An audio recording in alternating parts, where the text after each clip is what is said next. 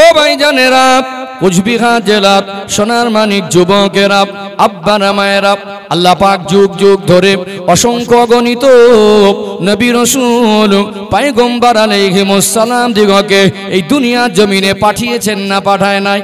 কেন পাঠিয়েছেন?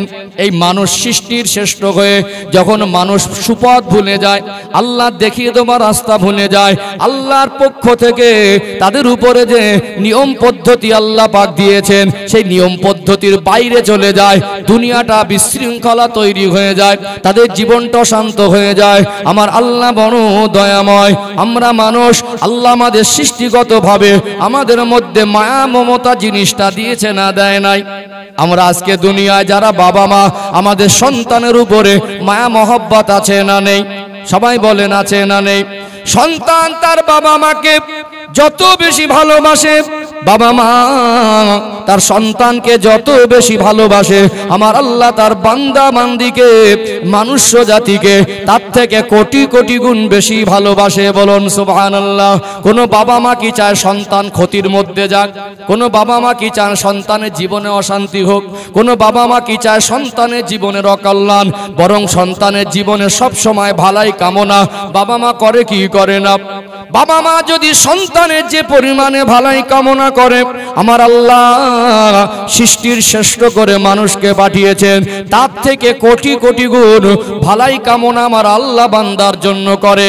এই জন্য মানুষ যখন পথ ভুলে যায়, কুপথে চলে যায়, তাদের জীবনটা অশান্ত হয়ে যায়, পৃথিবীতে বিশৃঙ্খলা তৈরি হয়, আমার আল্লাহর করুণা তাদেরকে সুপথগামী করার জন্য, তাদেরকে সতর্ক করার জন্য, তাদেরকে হেদায়েত করার জন্য, ওই মানুষদেরকে জীবনে যাতে পরিবর্তন আসে, তারা যাতে ভালো হয়ে চলতে পারে, শ্রেষ্ঠত্বের বোঝাইটা রাখতে পারে, যুগ যুগ ধরে এই মনুষ্য জাতির সুপথগামী করার জন্য, সতর্ক করার জন্য, হেদায়েত করার জন্য আমার আল্লাহ নবী রাসূলকে পাঠিয়েছেন না পাঠায় নাই?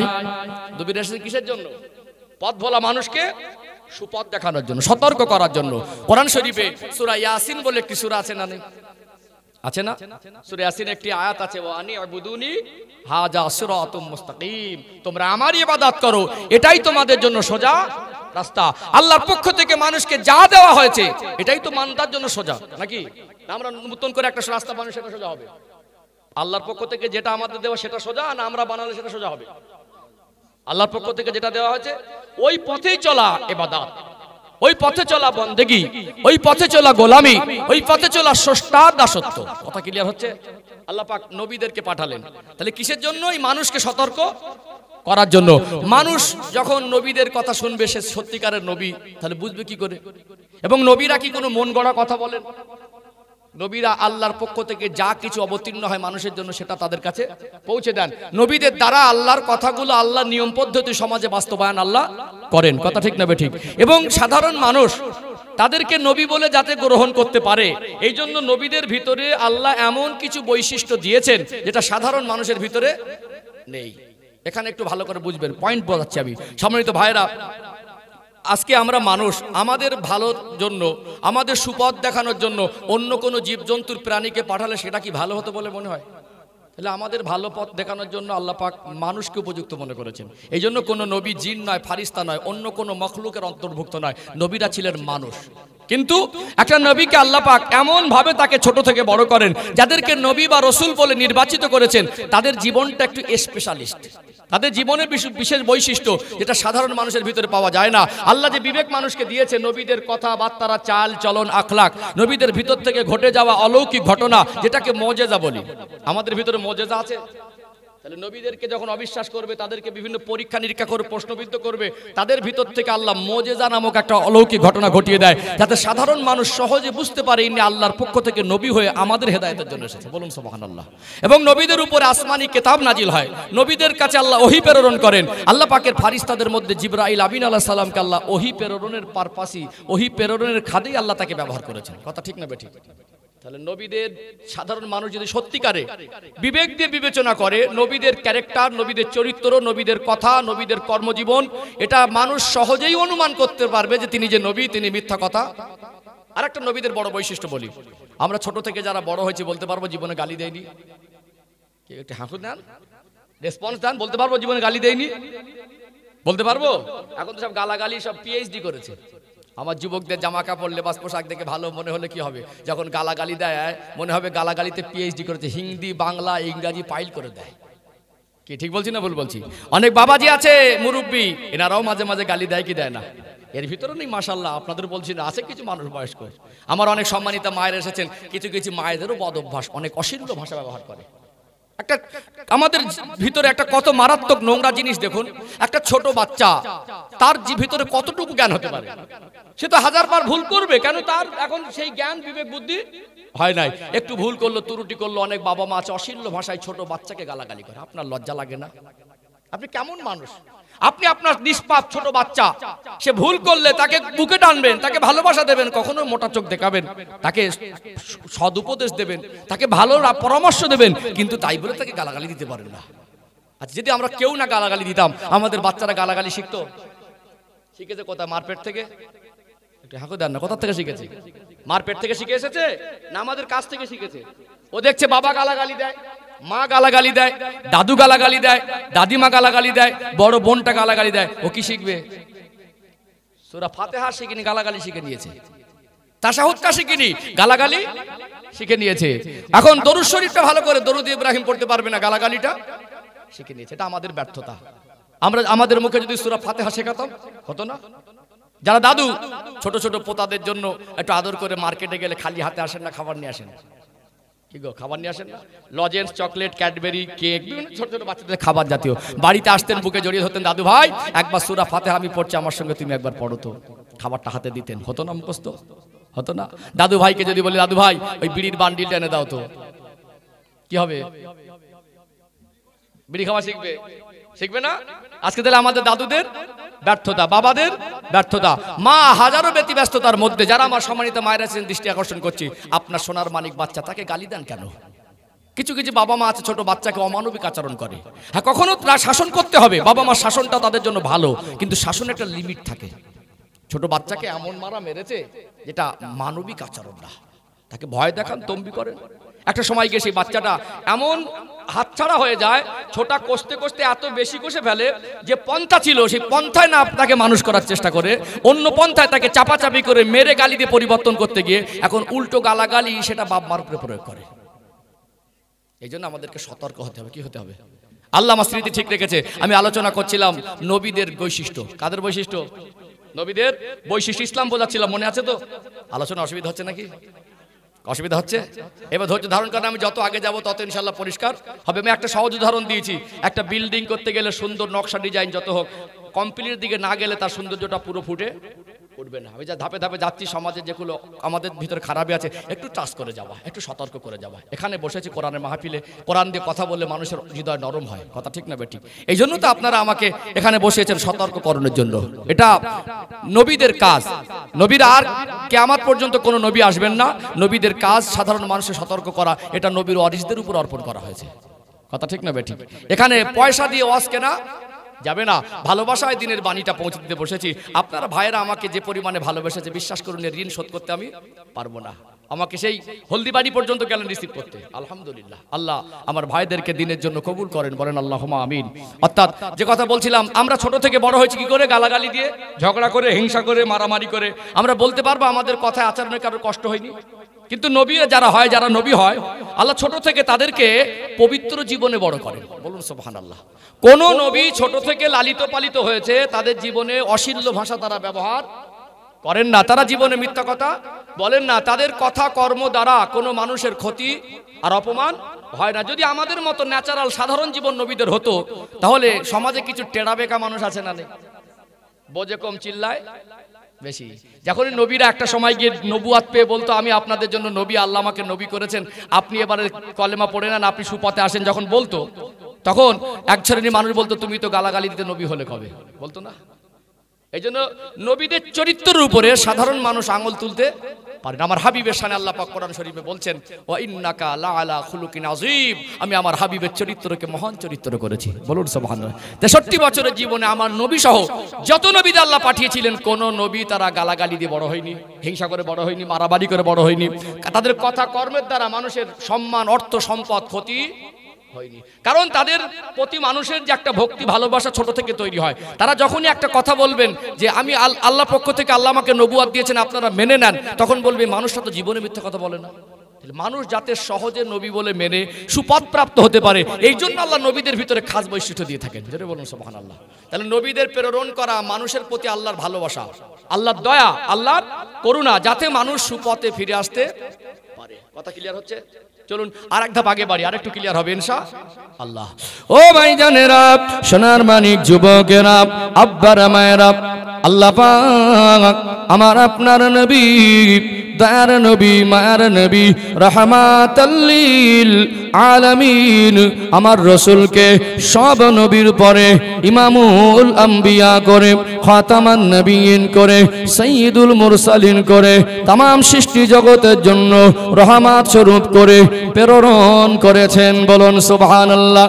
যেখানে মানুষ তাদের ভিতরে মনুষ্যত্ব বোধ বলে কিছু ছিল না, আজ থেকে 1400 বছর কম বেশি আগে 570 খ্রিস্টাব্দে মক্কার জমিনে যে সময়টাকে জাহিলিয়াতের যুগ বলা হয়, যেখানে বাপ বেটা একটা মহিলার সঙ্গে জেনা করত, একটা বাবা কত নিষ্ঠুর পর্যায়ের হতে পারে, নিষ্পাপ সোনার মানিক কলিজার টুকুরি ছোট বাচ্চাকে জীবিত নিজে হাতে দাপন করত।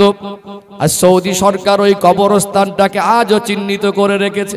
ওই কবরস্থানের ধারে যেদিন দাঁড়িয়েছি লোমটা খাড়া হয়ে গেছে। মানুষ কত নিকৃষ্ট হয়, বাবা তার জ্যান্ত মেয়েকে দাফন করে। ও ভাইয়েরা, বাবাজিরা, সুদ ঘুষ জুয়া মারামারি কাটাকাটি, মানুষের জীবনটা অশান্ত হয়ে গিয়েছিল না যায় নাই। মানুষ সুপথ ভুলে গিয়েছিল, আল্লাহ দেখিয়ে দেওয়ার রাস্তা ভুলে গিয়েছিল। সৃষ্টির শ্রেষ্ঠ হয়ে তাদের যে গাইডলাইন ছিল ওটাকে ছেড়ে দিয়ে নিজের মতো রাস্তা তৈরি করে চলছিল। আমার আল্লাহ তার প্রিয় হাবিব তার নবীকে সৃষ্টি জগতের জন্য রহমত স্বরূপ করে প্রেরণ করলেন। আমার নবীকে আল্লাহ 40 বছর বয়সে নবুয়ত দিলেন। আল্লাহর পক্ষ থেকে মানুষ্য জাতির জন্য যে সুপথ, যে নিয়ম পদ্ধতি, ইসলাম নামক গাইডলাইনকে আল্লাহ পাক পৃথিবীর জমিনে প্রতিষ্ঠিত করছেন আমার নবীর উপরে। 40 বছর বয়সে নবুয়ত দিয়ে আল্লাহ আমার রাসূলকে টোটাল 63 বছরের হায়াতে জীবন দিয়েছিলেন। মক্কায় 13 বছর, মদিনায় 10 বছর। এই 23 বছরের ব্যবধানে কমপ্লিট আসমানি কিতাব, শ্রেষ্ঠ কিতাব কোরআনুল কারীমকে আল্লাহ নাজিল করেছেন না করেন নাই? এই 23 বছরের ব্যবধানে মানুষের জন্য যেটা দরকার, যে রাস্তা দরকার, যে পন্থা দরকার জীবনযাপনের জন্য, সমস্ত গাইডলাইন শরিয়াত হিসাবে, হারাম হালাল হিসাবে আল্লাহরই কথা, আল্লাহরই বাণী, আল্লাহর পক্ষ থেকে কোরআনুল কারীম এসেছে না আসে নাই? যেমন কোরআনুল কারীম শরিয়াতের বিধান, তেমনি আমাদের নবীর কথাটাও শরিয়াতের বিধান। কথা ঠিক না বেঠিক? আমাদের শরিয়াতের দলিল হলো কোরআন আর হাদিস। আল্লাহ পাক কোরআনুল কারীমে 28 নম্বর পারা, সূরার নাম হলো সূরাতুল হাসর। আমার আল্লাহ জানিয়ে দিলেন, ওমা আতাকুমুর রাসূলু ফাখুযুহু ওমা নাহাকুম আনহু ফান্তাহু। আমার নবী যেটা তোমাদেরকে আদেশ করেন ওগুলো তোমরা মেনে নাও, আমার নবী যেটা তোমাদের নিষেধ করেন ওগুলোকে তোমরা বর্জন করে দাও। ও মায়েরা, বাবাজিরা, আল্লাহর কথা যেমন শরিয়াত, নবীর কথা তেমন শরিয়াত। এই 23 বছরে মানুষ্য জাতির জন্য আল্লাহ কমপ্লিট জীবন বিধান, ইসলাম জিনিসটা দেওয়ার জন্য আমার আল্লাহ জিবরাইল আমিন আলাইহিস সালামকে 24,000 বারের মতো কম বেশি আমার রাসূলের কাছে প্রেরণ করেছিলেন। বলুন সুবহানাল্লাহ। 23 বছরে কমপ্লিট জীবন বিধান আমার রাসূলের উম্মতের জন্য যে শরিয়াত, এটা আল্লাহ পাক 23 বছরে কমপ্লিট নাজিল করেছেন। কথা ঠিক না বেঠিক? ইসলাম পৃথিবীর শুরু থেকে ছিল, নবীদের উপরে আল্লাহ নাজিল করেছেন পৃথিবীর। কারণ ইসলাম পৃথিবীর শুরু থেকে এই জন্য ছিল, সর্বপ্রথম মানুষ হিসেবে দুজন এসেছিলেন, আদি পিতা আবুল বাশার, আব্বাজান আদম আলাইহিস সালাম, হাওয়া আলাইহিস সালাম। আদম আলাইহিস সালাম আল্লাহর নবীও ছিলেন এবং মানুষ জাতীয় ছিলেন। তাহলে তিনি যে এসেছিলেন নবী মানে অলরেডি তার সঙ্গে ইসলামিক জীবন ব্যবস্থাটা ছিল। তাহলে ইসলাম পৃথিবীর শুরু থেকে ছিল, আজও আছে, আর কিয়ামত পর্যন্ত থাকবে। 23 বছরে যা কিছু নাজিল হয়েছে এটা শ্রেষ্ঠ নবীর উম্মতের শরিয়াত। এক একটা নবীর উম্মতের শরিয়াত মূল বিষয় মিল থাকলে কিছু বিষয় তারতম্য ছিল। যদি বলেন কেন, এখানে একটু ক্লিয়ার করে দেই, দরকার আছে না? ইসলাম জিনিসটার সম্পর্কে আমাদের ধারণা ক্লিয়ার হওয়া দরকার আছে না নেই? আছে না? সম্মানিত ভাইরা, আজ থেকে 500 বছর আগে ইতিহাস থেকে যা জানি বা আমরা আমাদের এই বয়সে যা অভিজ্ঞতা হয়েছে, কি মনে হয় একরকম ছিল না পরিবেশ আলাদা ছিল? ছিল না? আজ থেকে 500 বছর আগে যদি একরকম থাকে, 2000 বছর আগে, 4000 বছর আগে আর এক রকম ছিল। আল্লাহ আমাদের নবী ব্যতীত কোন নবীকে, অন্যান্য নবীকে এলাকার জন্য নবী, কওমের জন্য নবী, এরিয়ার জন্য নবী করেছেন না করেন? তাহলে সেই এরিয়ার জন্য সেই সময় তাদের জন্য উপযুক্ত যে জীবন বিধান দরকার ছিল, আল্লাহ উপযুক্ত মনে করেছিলেন, সেই নবীর উপর অবতীর্ণ করে আল্লাহ তাদের কাছে পৌঁছে দিয়েছিলেন। বলুন সুবহানাল্লাহ। তাহলে আমরা শ্রেষ্ঠ নবীর উম্মত, আমাদের জন্য যেটা দরকার কিয়ামত পর্যন্ত আল্লাহ সেটা আমার নবীর উপর অবতীর্ণ করেছেন। চলুন আরেকটু ক্লিয়ার হবে, আরেকটু আগে বাড়ি, আরেকটু ক্লিয়ার হবে ইনশাআল্লাহ। আমার আপনার নবী, দয়ার নবী, মায়ার নবী, 23 বছরে আল্লাহ যা নাজিল করলেন হারাম হালাল হিসাবে, করণীয় বর্জনীয় হিসাবে, মানুষের জীবনের শ্রেষ্ঠত্ব যাতে বজায় থাকে সেই রাস্তা কমপ্লিট জীবন বিধান দিলেন আল্লাহ নবী। মক্কার জমিনে ইসলাম প্রতিষ্ঠিত করে, মক্কা মদিনায় ইসলামিক রাষ্ট্র শাসন কায়েম করে শান্তির পরিবেশ তৈরি করেছিলেন না করেন নাই? ও ভাইয়েরা, বাবাজিরা, 1.5 লক্ষের মতো সাহাবা আমার নবী ছিল। নবী আমার জীবনে একবার হজ করেছিলেন আরাফা ময়দানে, জাবাল রহমাত পাহাড়ের পদদেশে। আল্লাহ নবী সেদিন বিদায়ী হজের ভাষণ দিচ্ছিলেন। আল্লাহর নবীর উপরে কোরআনুল কারীমের সর্বশেষ আয়াত আমাত আল্লাহ অবতীর্ণ করেছিলেন, আল ইয়াউমা আকমালতু লাকুম দীনাকুম ওয়া আতমামতু আলাইকুম নি'মাতি ওয়া রাদিতু লাকুমুল ইসলাম দীনা। কোরআনুল কারীমের 6 নম্বর পারা, সূরার নাম হলো সূরাতুল মায়েদা, 3 নম্বর আয়াত। এটা কোরআনুল কারীমের নাজিল হওয়া সর্বশেষ আয়াত। আল্লাহ বলছেন, আমি আল্লাহ আজকে দিনকে কমপ্লিট করে দিলাম। আল ইয়াউমা আকমালতু লাকুম দীনাকুম, আমি আল্লাহ দিনকে কমপ্লিট করে দিলাম। ওয়া আতমামতু আলাইকুম নি'মাতি, নিয়ামতকে পরিপূর্ণ করে দিলাম। ওয়া রাদিতু লাকুমুল ইসলাম দীনা, আমি আল্লাহ ইসলামের উপরে রাজি খুশি সন্তুষ্ট হয়ে গেলাম। দিন কমপ্লিট, নতুন করে আর কোন শরিয়াত দেবেন না। ইসলাম এমন একটা জিনিস, আল্লাহ বলছেন আমি রাদিতু লাকুমুল ইসলাম দীনা, রাজি খুশি হয়ে গেলাম। আতমামতু আলাইকুম নিয়ামতি, আমি নিয়ামতকে পরিপূর্ণ করে দিলাম। আল্লাহ সিগন্যাল দিলেন আর আয়াত নাজিল হবে না। যেটা প্রয়োজন ছিল আমি কমপ্লিট দিয়ে দিয়েছি, আর নতুন করে কিছু প্রয়োজন নেই। এই কমপ্লিট জীবন বিধান হারাম হালাল হিসেবে যা কিছু আমরা পেয়েছি এটা আল্লাহর পক্ষ থেকে এসেছে। কথা ঠিক না বেটি? কোরআনুল কারীম কার বাণী? আল্লাহর বাণী। এর ভিতরে মানুষের মন গড়া কোনো সেন্টেন্স, কোনো বাক্য, কোনো শব্দ, কোনো ওয়ার্ড আজও পর্যন্ত ঢোকানো সম্ভব হয়েছে? কিয়ামত পর্যন্ত হবে। এমন এক আল্লাহর পক্ষ থেকে মহাবাণী আল কোরআনুল কারীমকে আল্লাহ দিলেন। এটা পৃথিবীর জমিনের শ্রেষ্ঠ কিতাব। যালিকাল কিতাবু লা রাইবা ফি, ভুল তো দূরের কথা, সন্দেহের অবকাশ নেই। এই এমন এক কিতাব, আল্লাহ পাক বলছেন ইন্না নাহনু নাযালনা যিকরা ওয়া ইন্না লাহু লাহাফিজুন, আমি আল্লাহ কোরআনুল কারীমকে নাজিল করেছি, হেফাজতের দায়িত্ব আমি আল্লাহ নিজে গ্রহণ করেছি। হেফাজতের দায়িত্ব কার? পৃথিবীর কোন শক্তি কোরআনুল কারীমকে মিটিয়ে দিতে পারবে? আল্লাহর কথা কোরআনুল কারীম যেমন শরিয়াত, নবীর কথাটাও শরিয়াত। এখানে আল্লাহ কোরআন শরীফে বলছেন ইন হুয়া ইল্লা ওয়াহয়ু ইউহা, আমার হাবিব ইচ্ছাকৃত কোনো কথা বলেন না, যেটা আমি আল্লাহ ওহী করি সেটাই আমার হাবিব বলেন। টোটাল ইসলামের নিয়ম কানুনের মধ্যে, ইসলাম নামক জীবন ব্যবস্থার মধ্যে, গাইডলাইনের মধ্যে একটা সেন্টেন্স, একটা বাক্য, একটা শব্দ, একটা ওয়ার্ড দুনিয়ার কোনো মানুষের তৈরি, দুনিয়ার কোনো মানুষের মতামত নয়, সম্পূর্ণ নিখুঁত নির্ভেজাল স্রষ্টার পক্ষ থেকে সৃষ্টির শ্রেষ্ঠ মানুষ জাতির জন্য একজন গাইডলাইন হিসেবে আল্লাহ ইসলাম নামক জিনিসকে দিয়েছেন। বলুন সুবহানাল্লাহ।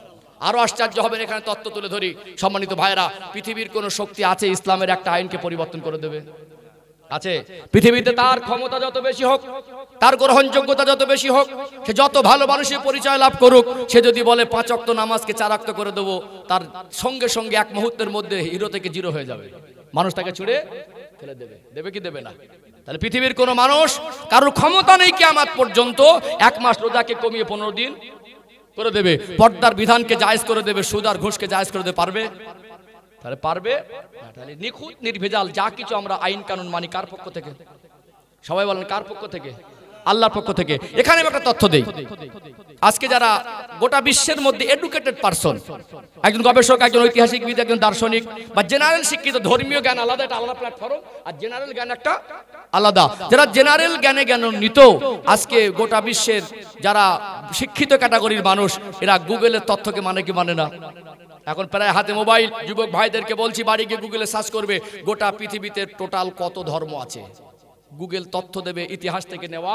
মানুষ তেজার মতো করে রাস্তা তৈরি করেছে, নিয়ম পদ্ধতি তৈরি করে চলছে, ধর্ম হিসাবে বানিয়ে চলছে। আমরা দুটো চারটে জানলেও গুগল বলছে 3.5 থেকে 4 হাজার ধর্ম মানুষ অনুসরণ করে। কতটা 3.5 থেকে। ইসলাম ব্যতীত যা কিছু পৃথিবীতে আছে, কোন ধর্মকে আক্রমণ করা, ছোট করা, ক্রিটিসাইজ করা ইসলাম আমাকে শিক্ষা দেয়নি। অর্থাৎ এখানে আমার বাড়ির পাশে হিন্দু ভাই থাকবে, তার ব্যক্তি স্বাধীনতা, ধর্ম তার একান্ত ব্যাপার, সে তার ধর্ম পালন করবে, আমার কোনো আপত্তি নেই। আমারটা আমি পালন করব, তার কোনো আপত্তি থাকবে না। আমরা মানুষ হিসেবে কাঁধে কাঁধ মিলিয়ে চলবো। অর্থাৎ এখানে আমরা মানুষ হিসেবে ভ্রাতৃত্ব সম্প্রীতিটাকে বজায় রাখবো ইনশাআল্লাহ। এটাই তো ভারতবর্ষের ঐতিহ্য, এটাই তো পশ্চিম বাংলার ঐতিহ্য। বাড়ির পাশে হিন্দু ভাইয়ের বাড়িতে দুর্গা পূজা হয়, মুসলমানের অসুবিধা হয় না। মুসলমানের বাড়ি ঈদের নামাজ হয়, হিন্দু ভাইয়ের অসুবিধা হয় না। কি সম্প্রীতি আর ভালোবাসা এখানে। আমি জানি অনেক হিন্দু ভাইরা আমার কথাগুলো স্পষ্ট শুনছেন, অনেকে দূর দূরান্ত থেকে শুনছেন।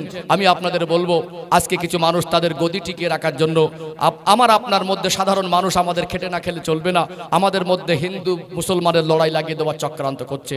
মন্দির মসজিদের মাথা ঢুকিয়ে দিচ্ছে, ধর্ম নিয়ে মানুষের ভিতরে এই মানে ধর্মের লড়াই লাগিয়ে দেওয়ার চক্রান্ত করছে। আমি এখান থেকে মেসেজ কথাবার্তা এখান থেকে আমি বলছি না। আমি দেশের নাগরিক হিসাবে সম্প্রীতির বার্তা দেওয়ার অধিকার আমার আছে না নেই? আছে না? সম্মানিত ভাইরা, এখানে আমি বলতে চাই, এটাই তো সম্প্রীতি। বাড়ির পাশে একজন হিন্দু ভাই, তার ঘরের চেয়ে একজন মুসলমান ভাইয়ের বাড়ি। একজন হিন্দু মারা গেলে মুসলমান ভাইটা তার মাথার ধারে দাঁড়িয়ে চোখের পানি ফেলে, আর একজন মুসলমান ভাই মারা গেলে হিন্দু ভাইটা মাথার ধারে দাঁড়িয়ে তার চোখের পানি ফেলে। এমনও বহু ইতিহাস আছে, হিন্দু ভাই মারা যাবার পরে মুসলমান ভাইরা তাকে দাহ করার জন্য সহযোগিতা করেছে। এমন রকম ইতিহাস আছে, একজন নিরীহ মানুষ তার বাড়ির পাশে মুসলমান ছিল, মারা যাবার পরে হিন্দু ভাইরা তাদেরকে সহযোগিতা করেছে। করেনি? বাজারে মার্কেটে যাই, তখন দোকান থেকে বাজার থেকে কোনো মালামাল কিনি, আমরা মুসলমান হিসাবে হিন্দু ভাইদের দোকান থেকে নির্দ্বিধায় কিনি, হিন্দু ভাইরা মুসলমান ভাইদের দোকান থেকে নির্দ্বিধায় কেনে। যখন মানুষ অসুস্থ হয়, ব্লাডের প্রয়োজন হয়, সেখানে আমরা যখন ব্লাড ব্যাংক থেকে ব্লাড কালেকশন করি, সেখানে হিন্দু না দলিতের না আদিবাসীর একবারও প্রশ্ন ওঠে না। কিন্তু আজকে কিছু মানুষ অত্যন্ত গভীর ষড়যন্ত্র করে আমাদের ভিতরে ভ্রাতৃত্ব, ভালোবাসা, ঐতিহ্য নষ্ট করার জন্য উঠে পড়ে লেগেছে না লাগেনি? অবশ্যই যাই করুক মনে রাখতে হবে, আমাদের খেটে খেতে হবে, আমাদের পাশাপাশি প্রতিবেশী আমাদেরকে মিলেমিশে থাকতে হবে। কোনো চক্রান্তে যেন আমরা পা না দেই। আমার ধর্ম কোনো ধর্মকে ছোট করা শেখায় না, আমার ধর্ম কোনো ধর্মাবলম্বীকে ঘৃণা করতে শেখায় না। ধর্ম তার একান্ত ব্যক্তি স্বাধীনতা। আপনারটা আপনি মানুন, আমারটা আমি মানি। আমার ধর্মের আদর্শ, রীতি নীতি, আমার ধর্মের ইতিহাস 1000 বার বলার অধিকার আমার আছে। আপনারটা আপনি বলুন, এতে আমার অসুবিধা হবে না। আপনি আমারটা আক্রমণ না করেন আর আপনারটা আমি আক্রমণ না করি। তবে এতটুকু আমি বলি, ইসলাম এমন এক জীবন ব্যবস্থার নাম যেখানে আল্লাহর পক্ষ থেকে এসেছে নির্ভেজাল একটা নিয়ম পদ্ধতি। আল্লাহ সৃষ্টির শ্রেষ্ঠ মানুষ জাতির জন্য দিয়েছে, এটা মানুষের কোনো বানানো নয়। প্রত্যেকটা ধর্মের ইতিহাস যদি ঘাঁটতে যায়, প্রত্যেকটা ধর্মের, এখানে বিতর্ক করছি না, কাউকে ছোট করছি না, দেখা যাবে তার শুরু কবে থেকে, কে শুরু করেছিল, কোথা থেকে নিয়ম পদ্ধতি তৈরি হয়েছে, কেউ না কেউ মানুষ বানিয়েছে। কিন্তু ইসলাম এমন এক জীবন ব্যবস্থা, এর একটা নিয়ম পদ্ধতি মানুষের বানানো নয়। আল্লাহ নবীদেরকে দিয়ে বাস্তবায়ন করলো, সেই নবীর শানে আল্লাহ স্বয়ং বলছেন, আমার হাবিব বানানো কোনো কথা বলেন না, বরং আমি আল্লাহ যেটা বলি সেটাই আমার হাবিব বলেন। আজকে আমাদের বুঝতে হবে, ইসলাম কার জন্য? মুসলমানদের জন্য না মানুষের জন্য? ইসলাম আমার যতটা, ইসলাম পৃথিবীর সমস্ত মানুষের অতটা। কথা ঠিক না বে ঠিক? কোরআনুল কারীম কার জন্য? মুসলমানদের ধর্মীয় কিতাব বললে ভুল হবে, এটা মানুষের জন্য এসেছে। যেটা বলুন সুবহানাল্লাহ। আমাদের নবী মুসলমানদের নবী নয়, আল্লাহ পাক আমার রাসূলকে সৃষ্টি জগতের জন্য রহমত করেছেন। 17 নম্বর পারা 10 নম্বর পৃষ্ঠার মিডল পয়েন্টের নিচে সূরাতুল আম্বিয়া শেষের দিকে আল্লাহ বলছেন, আমা আরসালনাকা ইল্লা রাহমাতাল লিল আলামিন। আমি আমার হাবিবকে সৃষ্টি জগতের জন্য রহমত করেছি। নবী সৃষ্টি জগতের জন্য, আল্লাহ সমস্ত সৃষ্টির জন্য রহমত। অবশ্যই এখানে মানুষের জন্য স্পেশালি নবী। কথা ঠিক না বেটি? তাহলে আমাদের ব্যক্তিগত সম্পদ নবী নয়, মানুষের জন্য, সৃষ্টির জন্য রহমত, মানুষ জাতির জন্য স্পেশালি নবী। কোরআনুল কারীম মুসলমানদের ব্যক্তিগত কিতাব নয়, এটা মানুষের জন্য। ইসলাম আমাদের ধর্ম শুধু নয়, এটা মানুষ জাতির জন্য সৃষ্টিকর্তার পক্ষ থেকে আল্লাহ প্রেরণ করেছেন। বলুন সুবহানাল্লাহ। ইসলাম কি বোঝা গেল? বোঝা গেল মোটামুটি। এই নিয়ম পদ্ধতি কিয়ামত পর্যন্ত কেউ মিটিয়ে দিতে পারবে না। আর এই পরিবর্তন আর পরিবর্তন সম্ভব হবে না। আল্লাহ পাক বলছেন, ইন্না নাহনু নাযালনা যিকরা ওয়া ইন্না লাহু লাহাফিজুন। আমি আল্লাহ কোরআন নাজিল করেছি, হেফাজতের দায়িত্ব আমি আল্লাহ গ্রহণ করেছি। কিতাব আকারে যে কোরআনুল কারীম সংরক্ষণ করেছি, সব যদি প্রশান্ত মহাসাগরে ডুবিয়ে দেওয়া হয়, আল্লাহ কিছু মানুষের অন্তরে কোরআনুল কারীম সংরক্ষণ করেছে, সেটা মুছে দেওয়ার শক্তি পৃথিবীর কারোর আছে? কারোর নেই। তাহলে মানুষ ও জাতির জন্য শরিয়াত নিয়ম পদ্ধতি এর ভিতর থেকে চলতে হবে। বলুন সুবহানাল্লাহ।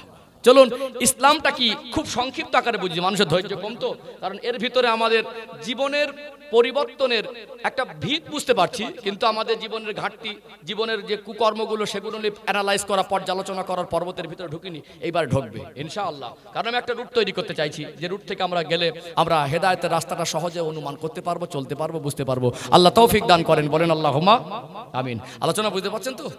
কি অসুবিধা হচ্ছে? দরকার ছিল না? দরকার ছিল কি ছিল না? তাহলে আমরা গর্বিত না আমরা ইসলাম ধর্মাবলম্বী? কথা ঠিক না বেঠি? তাহলে আমাদের উচিত কি? মন গড়া চলা, মন মর্জি চলা, ইচ্ছা মতো চলা, যা ইচ্ছা তাই চলা? আজকে ইসলামের ব্যতিক্রম চলছি বলে আমাদের জীবনটা আজকে কম দামি হয়ে গেছে, জীবনটা অশান্ত হয়ে গেছে, জীবনের শ্রেষ্ঠত্বের পরিচয় থাকছে না। আমরা যদি স্রষ্টার পক্ষ থেকে যা দেওয়া হয়েছে সেই রাস্তায় চলি, পন্থায় চলি, এখানে আমরাই পৃথিবীর জমিনে শ্রেষ্ঠ হয়ে যাব। জোরে বলুন সুবহানাল্লাহ। চলুন এখান থেকে শুরু করি, ধাপে ধাপে আগে বাড়ি, যত যাব তত ক্লিয়ার হবে ইনশাআল্লাহ। ও ভাইজানেরা, সোনার মানিক যুবকেরা, আব্বারা মায়েরা, আল্লাহ পাক সূরাতুল বাকারার 208 নম্বর আয়াতের মধ্যে স্পষ্ট করে জানিয়ে দিলেন, ইয়া আইয়ুহাল্লাযীনা আমানু, হে বিশ্বাসী বান্দা বান্দিরা, উদখুলু ফিস সিলমি কাফা, তোমরা পরিপূর্ণ রূপে ইসলামের মধ্যে প্রবেশ করো। ইসলামটা কি মোটামুটি বুঝে এসেছে না আসে নাই? পরিপূর্ণ ইসলামের মধ্যে প্রবেশ করতে গেলে যা মন চায় তাই খেতে পারবো না, যা মন চায় তাই করতে পারবো না, যা মন চায় সেভাবে চলতে পারবো না। আল্লাহর পক্ষ থেকে যেটা এসেছে, আমাদের নবী যেটা বলেছেন, ধর্মীয় বিধানের মধ্যে থেকে চলা দরকার আছে না নেই? কোনটা হারাম, কোনটা হালাল, কোনটা নেকি, কোনটা গোনা, কোনটা করণীয়, কোনটা বর্জনীয়, এগুলো মেনে চলা দরকার আছে না নেই? আল্লাহ পাক যদি তামাম কুল কায়নাতের স্রষ্টা হয়, সেই স্রষ্টার দেখিয়ে দেওয়া রাস্তায় চললে আমার আল্লাহ তাদের উপরে খুশি হয় কি হয় না? কোরআনুল কারীমে আল্লাহ বলছেন, আলা তাহিনু ওয়ালা তাহজানু ওয়া আনতুমুল আ'লাউনা ইন কুনতুম মুমিনিন। ওরে আমার বান্দা, ওরে আমার বান্দি, তোমরা যদি মুমিন হয়ে যেতে পারো, দুনিয়ার কোনো শক্তি আর দুনিয়ার কোনো ব্যক্তি তোমাদের ক্ষতি, অপমান আর অপদস্থ করতে পারবে না। কারণ মানুষ হলো সৃষ্টির শ্রেষ্ঠ। আল্লাহ তাদের জন্য যে রাস্তা দিয়েছে কামিয়াবির, ওই রাস্তায় চললে আল্লাহ পাক তাদের উপরে খুশি হবে কি হবে না?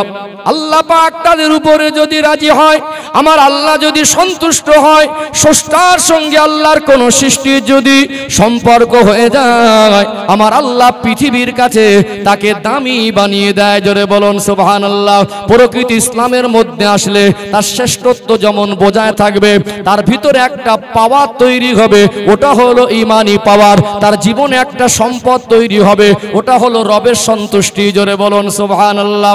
আর ইসলামের মধ্যে চললে, ইসলামকে মেনে নিলে, আল্লাহ এবং রাসূলের কথা মতো চললে, তখন মুমিন হয়ে যাবে কি যাবে না? কোরআনুল কারীমে অপরাতে আল্লাহ বলছেন, ওয়াকানা হাক্কান আলাইনা নাসরুল মুমিনিন। ওরে আমার বান্দা বান্দে, তোমরা যদি মুমিন হয়ে যেতে পারো, আমি আল্লাহর পক্ষ থেকে তোমাদেরকে সাহায্য করাটা ওয়াজিব হয়ে যাবে। তাহলে আমরা যদি দ্বীনের অনুসারী হতে পারি, পৃথিবীর মধ্যে আমরাই দামি হব। পৃথিবীতে মানুষ, আমরা কামিয়াবির রাস্তা খুঁজি, কি খুঁজি? সফলতা খুঁজি। মানুষের জীবনের মূল সফলতা আল্লাহর সন্তুষ্টি জীবন। জোরে বলুন সুবহানাল্লাহ। মানুষের জীবনের মূল সফলতা, কামিয়াবি আল্লাহ দেখিয়ে দেওয়া রাস্তার মধ্যেই আছে, এর ব্যতিক্রম চলার মধ্যে নেই। পৃথিবীতে যারা এই রাস্তায় চলেছে তারা মুমিন হয়েছে না হয়নি? আমরা যা কিছু অর্জন করি, টাকা, জমি, পদ, শিক্ষা, চাকরি, রাজত্ব, নেতৃত্ব, বাদশাহী, যা কিছু মানুষ অর্জন করে পৃথিবীতে, সব থেকে অর্জনকৃত দামি জিনিস হলো ঈমানি শক্তি। জোরে বলুন সুবহানাল্লাহ। জোরে বলেন। একটু বাস্তবতার দিকে খেয়াল করি বাপজিরা, ভাইরা, আমি অনেক দূর থেকে এসেছি, ধোকা দেওয়ার জায়গা নয়। যে কটা কথা বলছি মেপে বলছি, অ্যানালাইজ করবেন। এই কথাগুলো পয়সা দিয়ে কেনা জিনিস নয়। আপনারা জ্ঞানী শিক্ষিত মানুষ, বিশেষ করে আমার যারা ইয়াং জেনারেশন ভাইদেরকে দৃষ্টি আকর্ষণ করছি, আমার কথাগুলো এখন তো সব আপডেট মেজাজ, এরা সহজে বুঝতে পারবে। পৃথিবীতে আমরা ইসলাম সম্পর্কে না বুঝে, ইসলাম মানার গুরুত্ব মহত্ব না বুঝে আমরা কিছুদিন বিজ্ঞানের আবিষ্কার দেখে লাফালাফি করি। মনে রাখতে হবে, ইসলামের রাস্তায় চলে স্রষ্টার সন্তুষ্টি অর্জনে যা কিছু হাসিল হয়, কিয়ামত পর্যন্ত মানুষ তা আবিষ্কার করতে পারবে না। আমরা মানুষ, আমাদের সঙ্গে রবের সম্পর্ক তৈরি হওয়া, আমাদের এই জীবনযাপনে আল্লাহ খুশি হওয়া, এর থেকে দামি জিনিস আর কিছু হতে পারে না। তার দ্বারা যেটা হবে, মানুষ কিয়ামত পর্যন্ত বিজ্ঞান আবিষ্কার সেটা করতে পারবে না। এখানে একটু প্রমাণ করে দেই, ক্লিয়ার হবে ইনশাআল্লাহ। ঈসা আলাইহিস সালাম কে ছিলেন? হযরত নবী ঈসা আলাইহিস সালাম নাম শুনেছেন না? তিনি কে ছিলেন? আল্লাহর নবী ছিলেন। নবীদের সঙ্গে আল্লাহর সম্পর্ক আমাদের থেকে ভালো না খারাপ? আমাদের থেকে ভালো। তো স্রষ্টার সঙ্গে যার সম্পর্কের গভীরতা যত বেশি, সৃষ্টির মধ্যে তার দাম তত বেশি। তাহলে ঈসা আলাইহিস সালাম আল্লাহর নবী ছিলেন।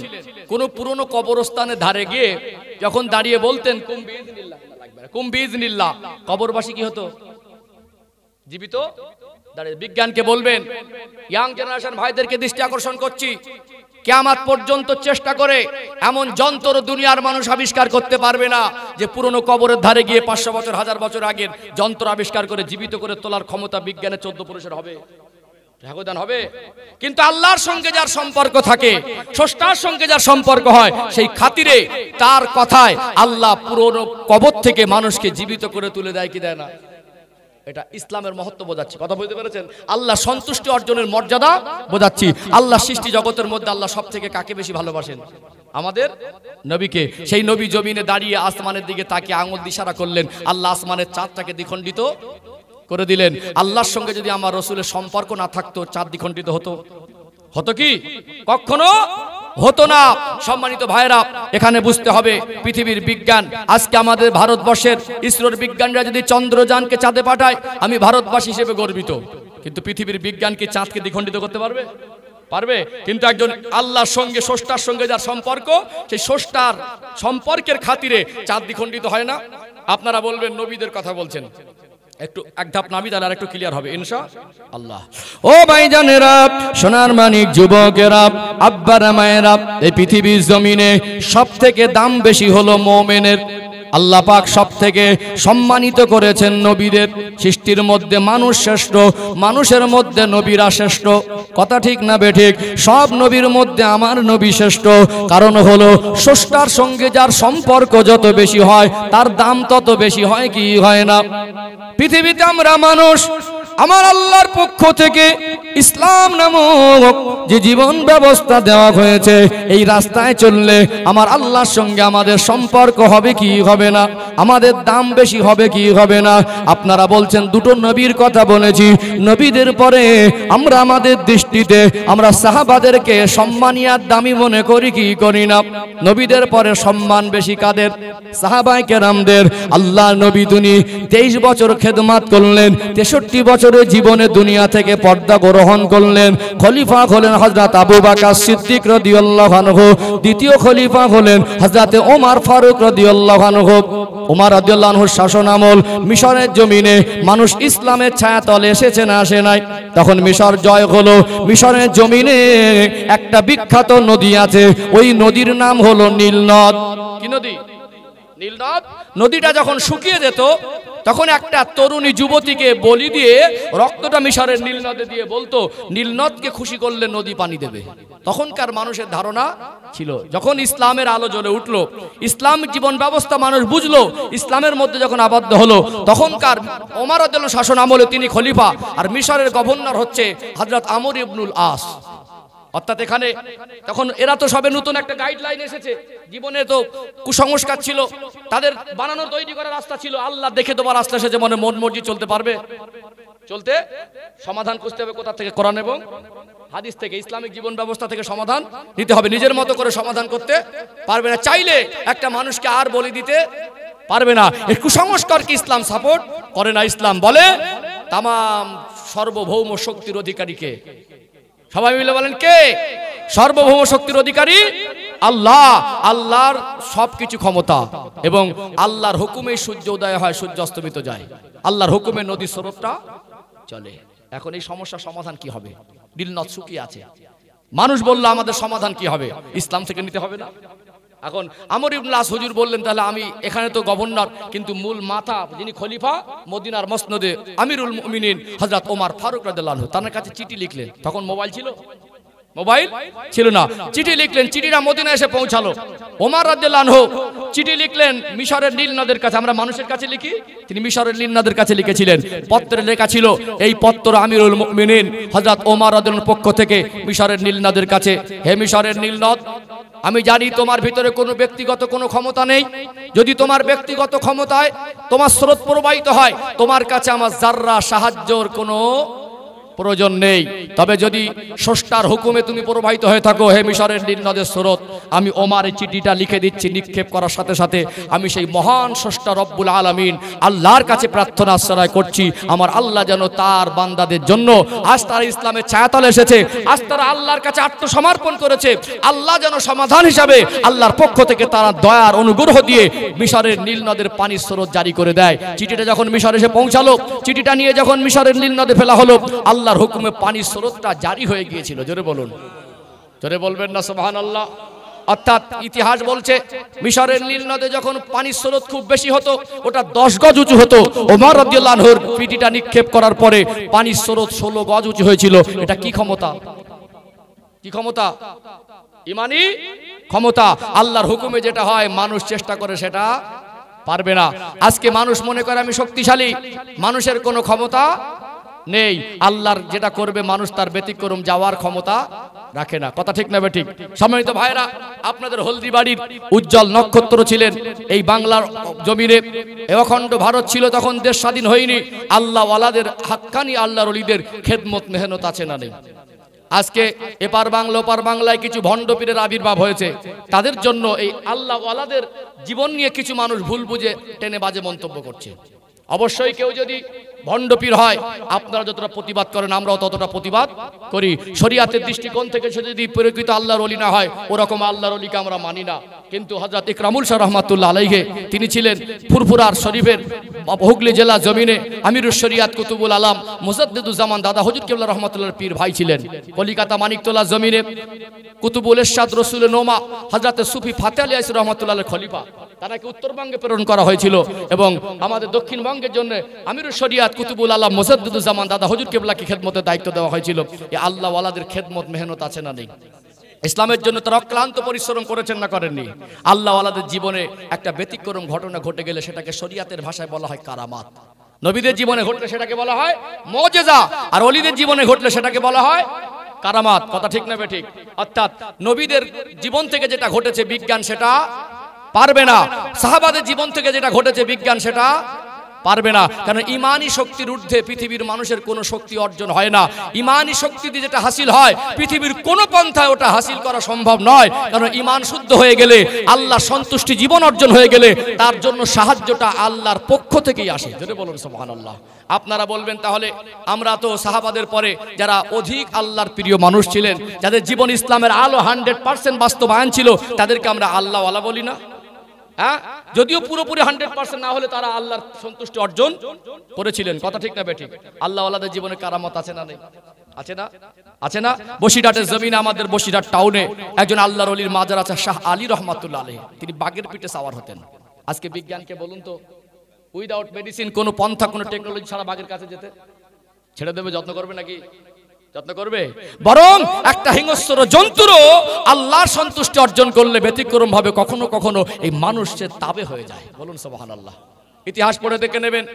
যেহেতু আমি মোটামুটি যতটা ধারণা জানি, আমাদের এই হলদিবাড়ির হুজুর কেবলা সম্পর্কে আমার খুব বিস্তারিত ধারণা নেই, তবে মোটামুটি যথেষ্ট আমি জানি। অর্থাৎ এখানে হিন্দুস্তানের জমিনে খাজাতে খাজা মাইনুদ্দিন চিশতি আজমিরি সানজারি রহমাতুল্লাহ এসেছিলেন না? আসেন নাই? এসেছিলেন না? তখনকার দিনের বাদশাহ পৃথ্বীরাজ চৌহান তখন হিন্দুস্তানের রাজস্থানে বাদশাহী করছে। একজন ইমানি শক্তি নিয়ে আসলেন। ইমানি শক্তি দ্বারা একজন বাদশাকে নাকানি চোবানি খাইয়ে দিলেন, বুঝিয়ে দিলেন বাদশাহী শক্তি ইমানি শক্তির ঊর্ধ্বে, ইমানি শক্তির ঊর্ধ্বে নয়।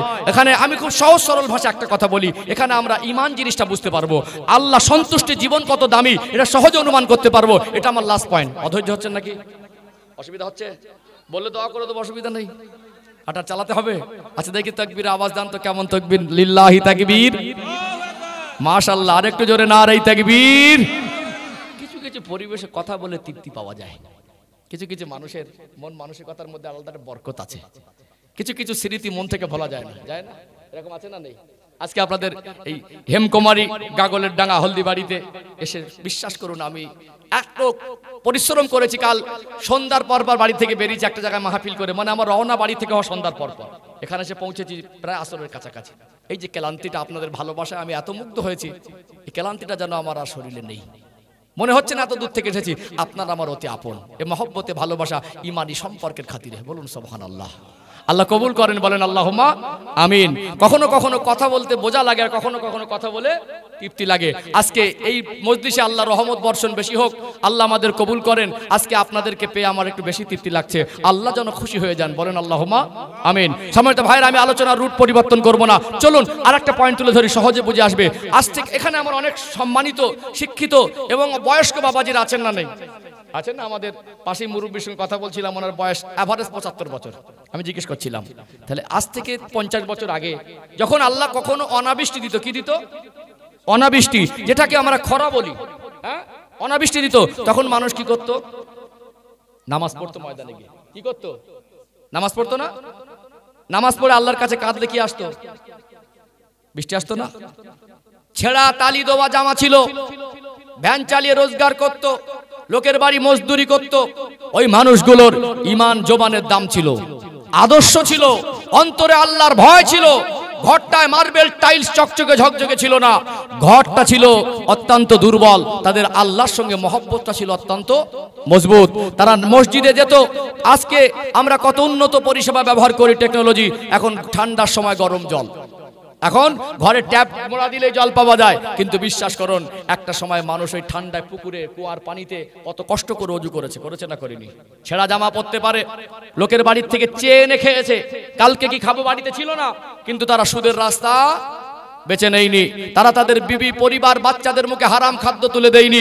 সেই সমস্ত মানুষরা যখন আল্লাহ অনাবৃষ্টি দিয়েছে, তাদের মনে একটা অগাধ আস্থা ভরসা আল্লাহর উপরে ছিল। আমরা যদি গিয়ে কাঁদি, আল্লাহ রহমতের পানি দেবে।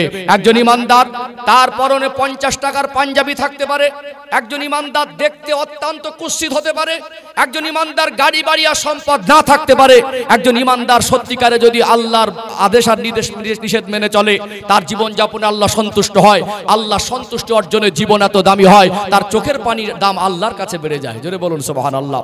যদি পৃথিবীতে আল্লাহ অনাবৃষ্টি দেয়, একজন ইমানদার যদি সেখানে কাঁদে, তার চোখের পানি জমিনে পড়ার আগে আল্লাহর আসমান থেকে রহমতের পানি এলাকাবাসীর জন্য বর্ষণ করে দেয়। জোরে বলবেন না? দুনিয়ার বিজ্ঞানকে বলবেন যে আল্লাহ যদি অনাবৃষ্টি দেয়, টেকনোলজির সাহায্যে পৃথিবীর মানুষের প্রয়োজন মেটাতে পারবে? পারবে। আজকে বর্তমান সময় প্রেক্ষাপটে বোঝানো সহজ হয়ে গেছে। একটা বাস্তবতা তুলে ধরবো। আজকে নিউজ চ্যানেলে দেখছেন, আমেরিকা যুক্তরাষ্ট্রের ক্যালিফোর্নিয়ায় লস অ্যাঞ্জেলস শহরটা দাবানলের আগুনে ভস্ম হচ্ছে না, হয় না? আল্লাহ বলে, বান্দা পৃথিবীর জমিনে তুমি মনে করো আমি বিশ্বের দাদা। আল্লাহ বলে, বান্দা তুমি মনে করো টেকনোলজিতে আগিয়ে, ক্ষমতা আগিয়ে, নেতৃত্বে আগিয়ে আমার কাছে অনেক শক্তি অর্জন হয়েছে। আল্লাহ বলে, বান্দা তুমি গোটা বিশ্বের উপর দাদাগিরি করতে চাও। আমি আল্লাহ বলছি, আমি আল্লাহ সর্বভৌম শক্তির অধিকারী, তুমি মানুষ সর্বভৌম শক্তির অধিকারী নয়। আল্লাহ চায় গোটা বিশ্বের উপর দাদাগিরি দিতে চায়, গোটা বিশ্বকে বোঝাতে চায় সর্ব দেশের মধ্যে আমি শক্তিশালী, আমার কাছে টেকনোলজি বেশি, আমার কাছে বিভিন্ন পন্থা আছে, আমি গোটা বিশ্বকে কন্ট্রোল করব। আল্লাহ ক্যালিফোর্নিয়া যুক্তরাষ্ট্রে দাবানলে আগুন জ্বালিয়ে দিলেন। আল্লাহ তার শক্তিকে, টেকনোলজিকে নাকানি চোবানি খাইয়ে বুঝিয়ে দিলেন, তোমার শক্তিটা কোনো কাজ। কে কত উন্নত প্রযুক্তি দিয়ে ওই আগুনকে থামাতে পারছে? দুনিয়ার বিজ্ঞান। আল্লাহর পক্ষ থেকে যখন কিছু হবে, বিজ্ঞান টেকনোলজি দিয়ে তখন সামাল দিতে পারবে না। মাঝে মাঝে আল্লাহ মানুষকে বোঝায়, কিন্তু আমরা ঈমান মজবুত করার জন্য বুঝতে চাই না। সম্মানিত ভাইরা, আজকে বিজ্ঞান দুনিয়ার টেকনোলজি দিয়ে পানি বর্ষণ করতে পারবে, কিন্তু এই বিশ্বাস আমাদের, একজন ইমানদার সে যদি ইমানদারের মতো ইমানদার হয়, তার জীবনে যদি আল্লাহ সন্তুষ্ট হয়, সে যদি প্রকৃত ইসলামের মধ্যে চলতে পারে, তার জীবনে রাসূলুল্লাহ সুন্নাত বাস্তবায়ন হয়, সে যদি প্রকৃত দ্বীন আর ইসলামের অনুসারী হতে পারে, তার চোখের পানিতে আল্লাহ রহমতের পানি দেয় না? রহমতের পানি দেয় না? কথা ঠিক না বেঠিক? তাহলে ইমানদারের ইমানি শক্তির ঊর্ধ্বে পৃথিবীর কোন শক্তি পৃথিবীর কোনো শক্তি নয়। কিন্তু এখানে একটা জিনিস গভীর বোঝার জিনিস, 50 বছর আগে ভ্যান চালানো মানুষ, মজদুরি করা মানুষ, তালি দেওয়া মানুষ, ছেঁড়া চপ্পল সেলাই করে পরা মানুষ, তারা কেঁদেছে, পানি এসেছে। আজকে তো আমরা অনেক ভদ্র নম্র, শিক্ষার হার বেড়েছে, আমরা উন্নতি করেছি। আল্লাহ না করুক আযাব গজব আল্লাহ যেন না দেন। এখনো যদি অনাবৃষ্টি হয় আমরা গিয়ে কাঁদলে আল্লাহ পানি দেবে না এই কথাটা আমি বলবো না, কিন্তু আমরা গিয়ে পানি সাথে করে নিয়ে আসবো। এই ভরসাটা 50 বছর আগের মানুষের মনে যা ছিল আমাদের মনের মধ্যে অতটা আছে না, দুর্বল হয়েছে? কি মনে হয়? তার মানে আমরা ইমানি দিক থেকে আগের দিনের মানুষের আদর্শ দেখবেন, মনুষ্যত্ব দেখবেন।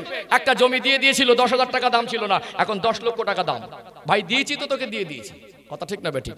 1 টাকা দাবি করিনি, ঘুরে বেঁকে বসতে পারতো তখন দলিল করিনি, এই মরে যাবো, কথা দিয়েছি কথা দেবো। এখন সব চকচকে ঝকঝকে জামা পরে বেই বাড়ি যাই। নতুন কুটুম হলে, ছেলে মেয়ের বিবাহ দিলে একটা বেই বাড়ি সম্পর্ক হয় না? বেই বাড়ি যাই, ওখানে গিয়ে সাদা সাদা জামা পরি, সাদা সাদা লুঙ্গি পরি, লেবাস পোশাক পরে জুমার দিন বেই বাড়ি বলে কথা। ফাঁস কাতারে গিয়ে জায়গা নেই, দেখে মনে হবে আল্লাহর ওলি বসে আছে। খবর নিয়ে যাবে, এক জমি 2 বার 3 বার বিক্রি করে বসে আছে। আছে না নেই? আছে না নেই? আছে না? এইরকম চিটিংবাজ মানুষ জামা কাপড় স্বচ্ছ করে কাঁদলে পানি তাড়াতাড়ি আসবে? আগের দিনে সম্মানিত ভাইরা আশ্চর্য হয়ে যাবেন, মানুষ সত্যিকারে কি খাবে তার বাড়িতে ছিল না। সকাল হয়েছে, স্ত্রী বলেছে ছোট ছোট বাচ্চাগুলো আছে, কি রান্না করব? বলেছে আল্লাহ ভরসা, দেখি বেরিয়ে যায় কিছু হালাল রুজি হয় কিনা।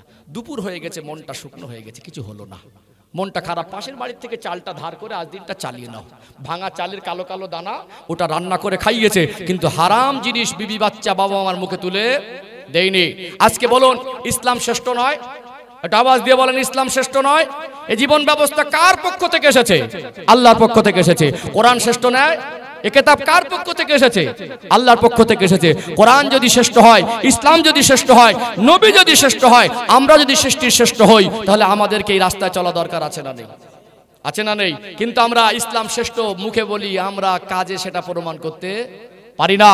আজকে ইসলাম যদি শ্রেষ্ঠ হয়, তাহলে আমাদের গোটা আপনার কুচবিহার জেলায় 1 টাকার ইসলামিক গবেষণাগার নেই। কমের কাছে পয়সা নেই এমন নয়। এখন বিবির জন্মদিন পালন হচ্ছে, 30,000 খরচা। বুঝতে পারছেন না? মনে হয় এই যুবকরা ভালো বলতে পারবে। ওকে কি বলে? বিবাহ বার্ষিকী কি বলে ইংরেজিতে? অ্যানিভার্সারিটা কি? Marriage day. বিবাহ বার্ষিকী কি ম্যারেজ ডে বলে? যেটা পারি না বলি না, কারণ আমার অতটা ইংরেজি সম্পর্কে নলেজ নেই। যতটুকু আমার ভিতরে আছে আমি এখনো অকপটে স্বীকার করি। বক্তা হতে গেলে যে যোগ্যতা, তাকওয়া, পড়াশোনা, আল্লাহর ভয় লাগে, সেদিক থেকে আমার মাইনাস পয়েন্ট। তারপর এখানে যখন বসে একটা মহান দায়িত্ব পালনের আমি চেষ্টা করি। মাঝে মাঝে মনে হয় আমার কমকে কি দিলাম। চিন্তা করুন, এই যে একটা 16-32 ঘন্টা একটা লম্বা সফর, কম কষ্ট? কি বলেন, কম কষ্ট? তাহলে এই কষ্টের সময় রাতগুলো পানির মতো কুয়াশায়, মানুষ যখন চাদর মুড়ি দিয়ে, কাঁথা মুড়ি দিয়ে, কম্বল মুড়ি দিয়ে ঘুমাচ্ছে, আমাদের রাতগুলো পানির মতো। মাঝে মাঝে আমার বিবেক জাগ্রতায় ভাবায়, মানুষকে কি দিলাম? মানুষগুলো কি পেল? এত দূর থেকে আমাকে মেহমান হিসেবে ডাকলো, যে ভালোবাসা শ্রদ্ধা করলো, আপনারা আমার সামনে যে ভক্তি ভালোবাসা নিয়ে বসেছেন, আপনাদের কি দিলাম? এইটুকু আমার বিবেক আমাকে বাধা দেয়। এই জন্য চেষ্টা করি আপনাদেরকে বুকে টেনে, যেটা আমার কওমের জীবনের আমলের উন্নতি হয়, তারা যাতে স্রষ্টার কাছে প্রিয় হতে পারে, তারা যাতে জাহান্নামের আগুন থেকে বাঁচতে পারে, তাদের জীবনে যাতে ইসলামের আলো বাস্তবায়ন হয়, এর জন্য আমি নগণ্য হিসাবে আমার যতটুকু করণীয় সাধ্য মতো চেষ্টা করা দরকার আছে না নেই? বিশ্বাস করুন, আপনাদের মন জয় করার জন্য আমি বলছি না, আমি আমার দায়িত্ব পালন করছি। ঠিক বলছি না ভুল বলছি? এখানে আমি একজন আলেম, আমার কথাগুলো কোরআন হাদিসের মধ্য থেকে হওয়া দরকার, আমার ভাষা ভঙ্গি সংযত হওয়া দরকার। আমি ইসলামের উপকার করতে যদি নাও পারি, অন্তত আমার দ্বারা যেন ক্ষতি না হয়, এই চিন্তা আমাদের মধ্যে থাকা দরকার আছে না নেই? আপনারা যদি আমার কোনো বক্তব্যে যাররা সন্তুষ্ট নাও হন, আমার যাররা দুঃখ নেই, ওই মেজাজ আমি চলি না। কারণ আমি দায়িত্ব পালন করছি। আমি কতটুকু আমার বিবেকের জ্ঞানের মধ্যে থেকে আল্লাহর জন্য কাজ করতে পারছি, এটা আমার কাছে বড়। কি গো, ভালো জিনিস মানুষের ভালো লাগে, সবার সেই ভালো। নামাজ ভালো না খারাপ? সবার যদি ভালো লাগতো তাহলে বেনামাজি কেন? মদ ভালো না খারাপ? খারাপ জিনিস যদি ভালো না লাগে খায় কেন? মদের থেকে দুধ ভালো, কিন্তু দুধ কিনে খাবে না, মদ কিনে খাবে। এই জন্য কিছু কিছু মানুষের ভালো জিনিস ভালো লাগে না, আর খারাপ জিনিস খারাপও, মানে মনুষ্যত্ব খারাপ হয়ে গেছে। ওই মানুষটাকে আমি কষ্ট করে চেষ্টা করলে মন জয় করতে পারবো না। তাহলে এখানে আমাকে দায়িত্ব পালন করতে হবে। আলহামদুলিল্লাহ, সবাইকে এক পাল্লা তুলছি না, কিছু মানুষ আছে তারা দিন প্রেমী, কিছু মানুষ আছে তারা কোরআন প্রেমী, কিছু মানুষ আছে তারা আল্লাহ এবং রসুলকে ভালোবাসে। তার জ্বলন্ত উদাহরণ প্রমাণ আজকে আপনাদের এই হেমনগর গাগলমারি কি গাগলের ডাঙ্গা গ্রামের একটা ঐতিহ্য। আজকে ঠান্ডা, বর্ষা, গরম, দুর্যোগ বোঝে না ইমানদার, যেখানে আল্লাহ রসুলের প্রসঙ্গ আসে সবকিছু ছেড়ে দিয়ে চলে আসে। তার প্রমাণ এটা না? কথা ঠিক না বেঠিক? আজকে বলুন, এখনো পর্যন্ত শয়তান আমাদেরকে এই জায়গা থেকে তুলে নিয়ে যেতে পেরেছে? মায়েদের অনেক নসিহত আমার বাকি আছে, আমি মায়েদের দিকে একটু ঢাবিত হব, সময় লাগবে। জাস্ট আমি রুটটা যেটা বলছি একটু ক্লিয়ার করা দরকার আছে না? আমি গুছিয়ে কথা বলি, লাইন ধরে কথা বলি। আমার তো ভাইরা বলেই দিয়েছে মায়েদের সম্পর্কে কিছু নসিহত, অনেক আমার সম্মানিত মায়েরা এসেছেন। আমি তো ইসলামের গুরুত্ব, মহত্ব, তাৎপর্য নিয়ে কথা বলছি। অলরেডি পর্দা, নামাজ, মায়েদের কিছু নসিহত, স্বামীর খেদমত, বাবা মার খেদমতের প্রসঙ্গ আসবে ইনশাআল্লাহ। সম্মানিত ভাইরা, তার যে কথা বলছিলাম, আজকে দিনে বলুন সুদখোর আছে না নেই? ঘুষখোর আছে না নেই? আছে। কালকে কি খাবো আমাদের বাড়িতে নেই এরকম মানুষ এখানে আছে? আছে। কিন্তু 50 বছর আগে কালকে কি খাবো সেটা ছিল না, এরকম মানুষ ছিল। কিন্তু তারা সুদ বেছে নিয়েছিল। আমি ছেড়েছি কোথায় জানেন? বলছিলাম যে আজকে ইসলাম যদি শ্রেষ্ঠ হয়, ইসলামিক গবেষণাগার নেই কেন? কোরআন যদি শ্রেষ্ঠ হয়, একটা কোরআন রিসার্চ সেন্টার আপনারা কুচবিহার জেলায় খুলতে পারলেন না কেন? কথা ঠিক বলছি না ভুল বলছি? তাহলে কথার সঙ্গে আমাদের কাজের মিল নেই। আর একটু কড়া করে একটু সাইডে যাবো, একটু গভীরে যাবো, দেখবেন পৃথিবীর জমিনের শ্রেষ্ঠ কিতাব কি? কোরআন শরীফ। তাহলে কিতাবের ছাত্র কি হবে? শ্রেষ্ঠ হবে। কোরআনের শিক্ষক কি হবে? শ্রেষ্ঠ হবে। তো আল্লাহ রাসূল এটাই বলেছেন, খায়রুকুম মান তাআল্লামাল কুরআনা ওয়া আল্লামা। তোমাদের মধ্যে ওই ব্যক্তি হলো উত্তম যে কোরআন শরীফ নিজে শেখে আর অপরকে শিক্ষা দেয়। তাহলে আজকে এমবিবিএস ডক্টররা আছে না নেই? কটা এমবিবিএস ডক্টরের ছেলে হাফেজার আলেম হয়েছে? কটা হাই স্কুলের মাস্টারের ছেলে হাফেজার আলেম হয়েছে? কটা ব্যবসায়ীর ছেলে হাফেজার আলেম হয়েছে? কেন হয়নি? এই প্রশ্ন কবে ভাববেন? উত্তর খুঁজতে হবে না? উত্তর খুঁজতে হবে না? আমরা যদি কোরআনকে শ্রেষ্ঠ বলি, আমরা যদি ইসলামকে শ্রেষ্ঠ বলি, আমরা যদি আল্লাহ রসুলকে শ্রেষ্ঠ বলি, তাহলে এর তোরকে সন্তানকে কেন শ্রেষ্ঠ করতে পারিনি? মানে পয়সা কম বলে? কি বলে? পয়সা যদি প্রত্যেকটা ইমামের বেতন 2 লক্ষ টাকা হতো, মাদ্রাসার শিক্ষকের বেতন যদি 2.5 লক্ষ টাকা হতো, এমবিবিএস ডক্টরের ছেলে হাফেজ আলেম হতো না? কে হতো না? হতো কি হতো না?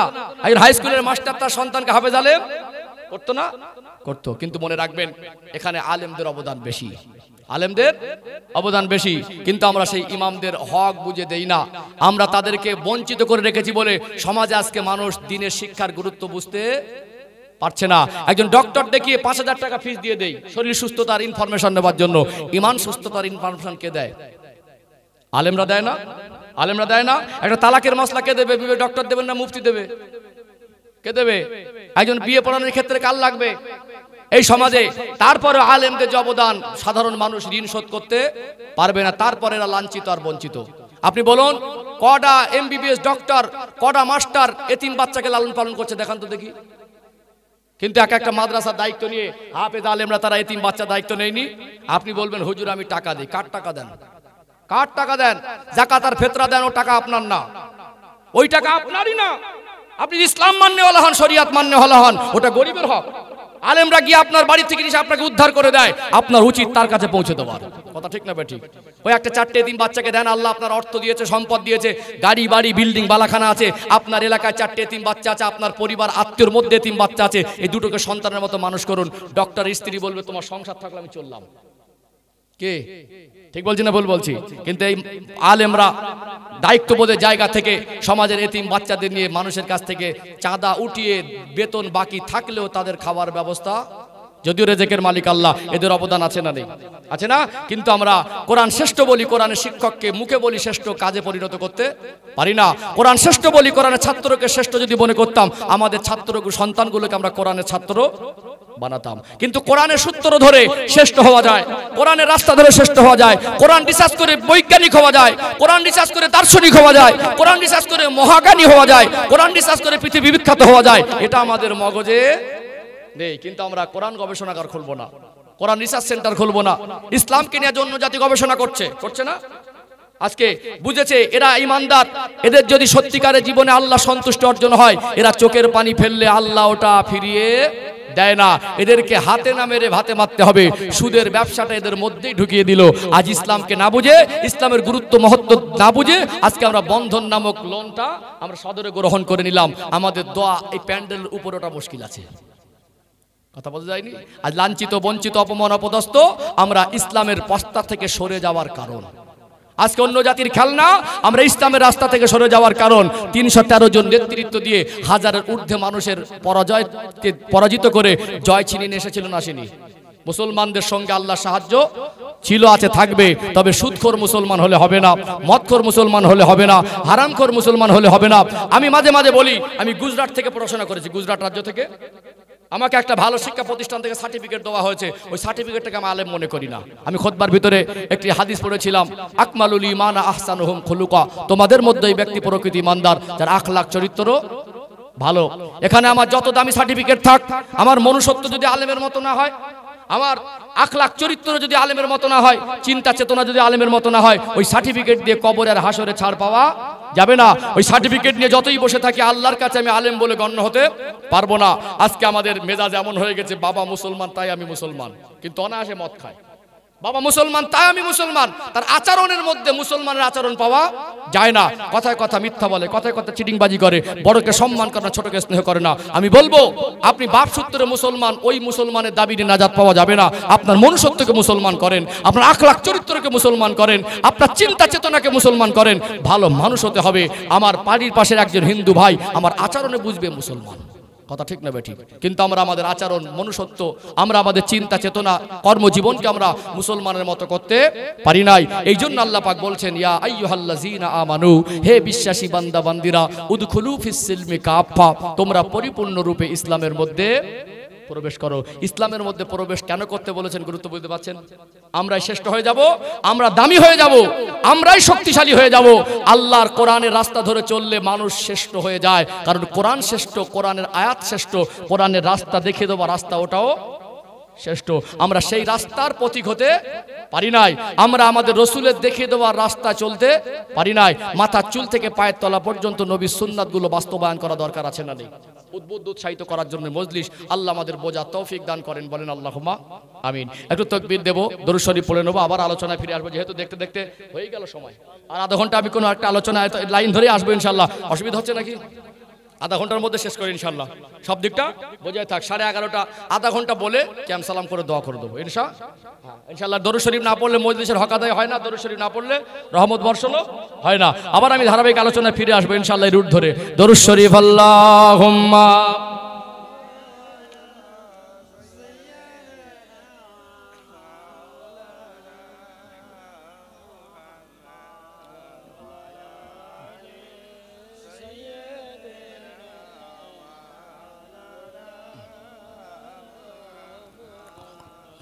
हब्बे अहमद अजल ही सीने में है, मैं आहूँ मेरा दिल मदीने में है।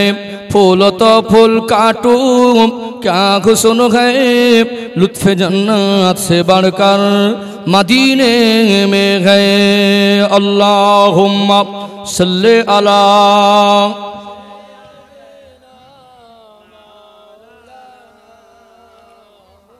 व अला अली सय्यदिना।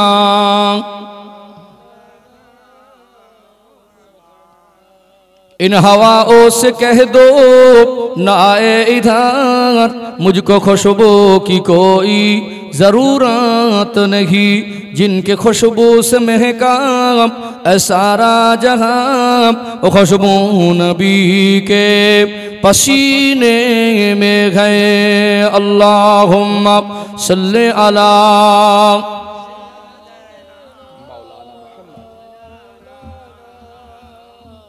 व अला अली सय्यदिना।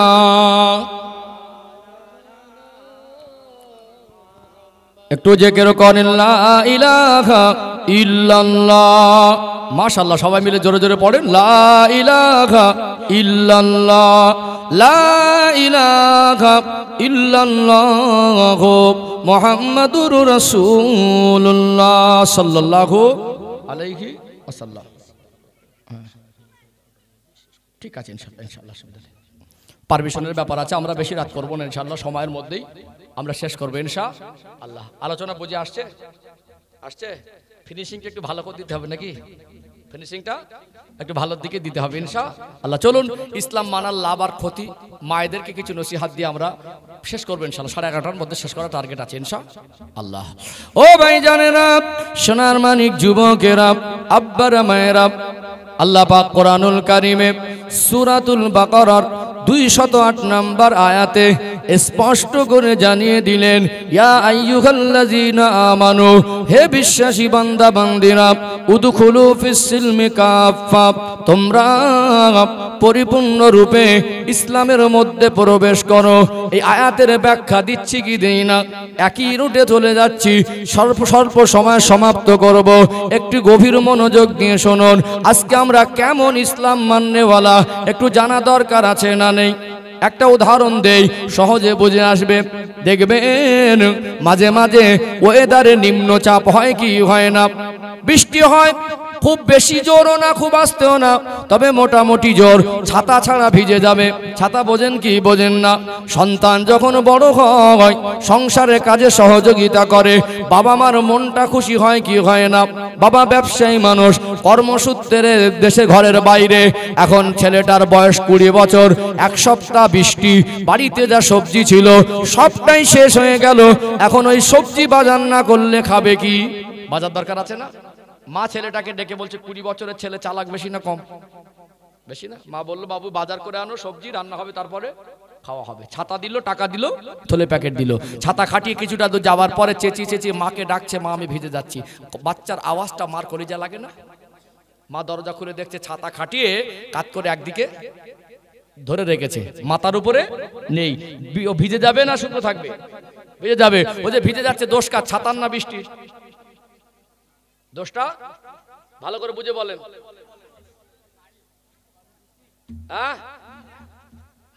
ভালো করে বলেন। ছাতার দোষ না বৃষ্টিরও দোষ না, দোষটা ছাতা ধরার দোষ। দোষটা ছাতা ধরার দোষ। আজ আমাদের ইসলাম মানার অবস্থা ছাতা ধরার মতো। পর্দা ফরজ সবাই জানি, নামাজ ফরজ সবাই জানি, সুদ ঘুষ হারাম সবাই জানি, জুলুম অত্যাচার গোনা সবাই জানি, অর্থাৎ এখানে ধনীদের জন্য হজ যাকাত কুরবানি সবাই জানি, কিন্তু ছাতা ধরার মতো এক সাইডে রেখে যায়। বিপদে পড়লে বলে আল্লাহ বাঁচাও। ইসলামের মধ্যে আসতে হবে। ইসলাম নামক ছাতার তলে আসলেই আমরা নিরাপদ হব। বলুন ইনশাআল্লাহ। দরকার আছে না? ও ভাই জানেরা, সোনার মানিক যুবকেরা, আব্বারা মায়েরা, ইসলামের মধ্যে আল্লাহ দয়াময় যা কিছু আদেশ আর নিষেধ করেছেন সব আমাদের কল্যাণের জন্য। ইসলামে যা কিছু আদেশ করা হয়েছে মনুষ্য জাতির কল্যাণের জন্য, যা কিছু নিষেধ করা হয়েছে সেটাও কল্যাণের জন্য। কোনো খারাপ পথে গেলে বাবা মা নিষেধ করে কি করে না? যেখানে অকল্যাণ আছে সেখানে বাবা মার নিষেধ সন্তানের উপরে যেমন থাকে, যেখানে অকল্যাণ আর বান্দার ক্ষতি আছে, আমার আল্লাহ বাবা মা সন্তানকে যা ভালোবাসে তার থেকে কোটি কোটি গুণ বেশি ভালোবাসে। আল্লাহ সেখানে নিষেধ অবশ্যই করে দিয়েছেন, সেগুলোকে হারাম বলা হয় কি হয় না? আজকে আবার অনেক মা বোনেরা আছেন পর্দা করেন না। আজকে অনেক সন্তান আছে বাবা মার সঙ্গে সদাচরণ করেন না। আজকে আমার অনেক যুবক ভাইয়েরা আছে মদ গাঁজা নেশায় আসক্ত হয়েছে না হয় নাই? এদেরকে ক্রিটিসাইজ করে আমি হুজুর বলে ভালো করতে পারবো না। এদের মগজে ইসলাম নামক জিনিসটা একটু ঢুকিয়ে দেওয়া দরকার আছে না নেই? এখানে আমি আমার যুব সমাজকে আর মা বোনদেরকে লাস্ট মেসেজ দিয়ে সমাপ্ত করব। পর্দা যদি আল্লাহ ফরজ করে দেন, ওই পর্দার বিধান মানার ভিতরে মনুষ্য জাতির কল্যাণ আছে না নেই? যেখানে পর্দা আবদ্ধ করলে এক শ্রেণীর মানুষ বলে মায়েদের অধিকার হরণ হয়, বরং আসলে ওই মানুষটা বড় নির্বোধ। বরং মায়েদের সম্মান ইজ্জত বৃদ্ধি হয় কি হয় না? হয় কি হয় না? পর্দা এমন এক বিধান, পর্দার বিধান যদি বাস্তবায়ন না হয়, আমরা আমাদের ঘরের মা বোনদেরকে যদি বেহাপনা উলঙ্গপনার দিকে ঠেলে দেই, কখনো সমাজে ধর্ষণ আর জেনা ব্যভিচারের কেস কমবে না। কমবে কি?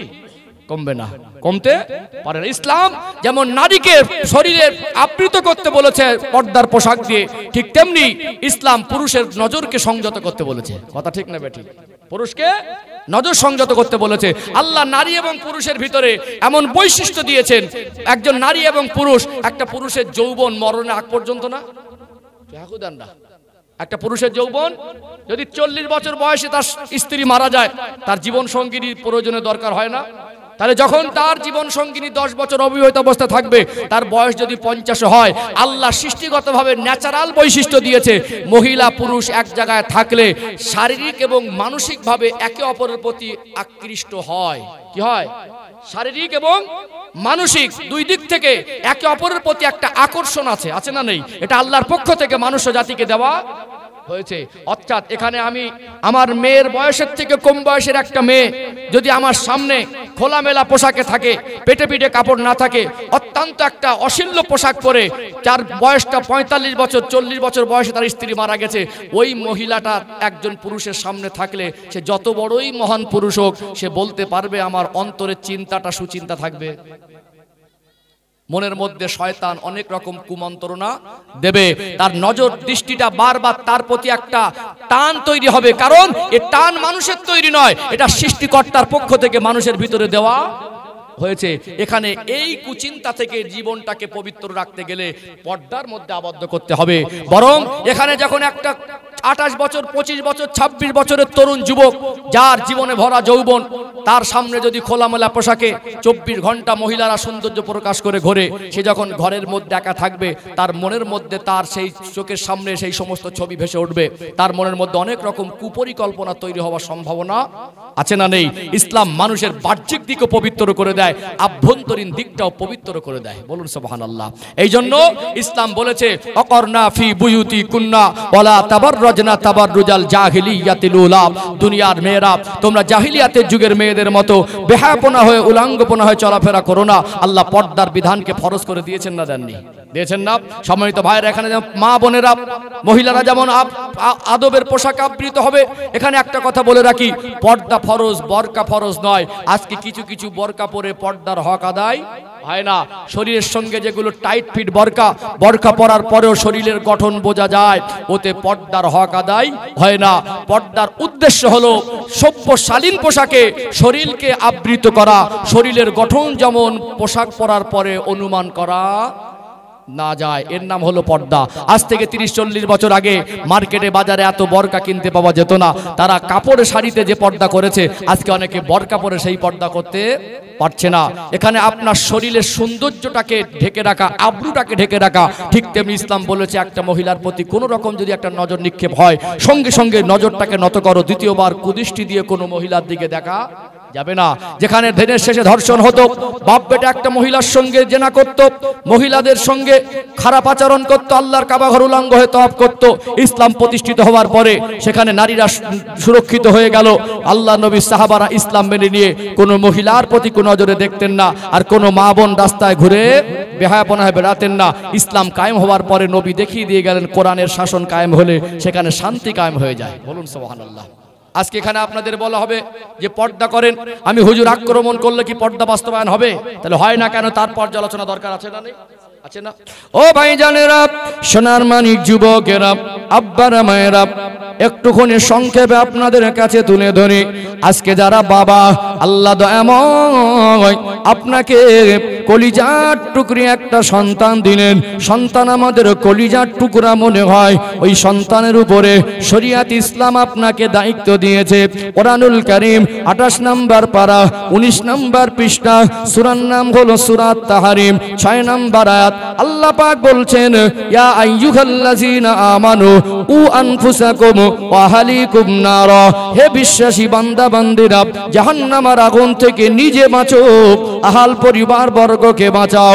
নিজে যেমন ভালো হতে হবে, নিজের পরিবারকে জাহান্নামের আগুন থেকে বাঁচানোর জন্য উপযুক্ত শিক্ষা দেওয়া দরকার আছে না নেই?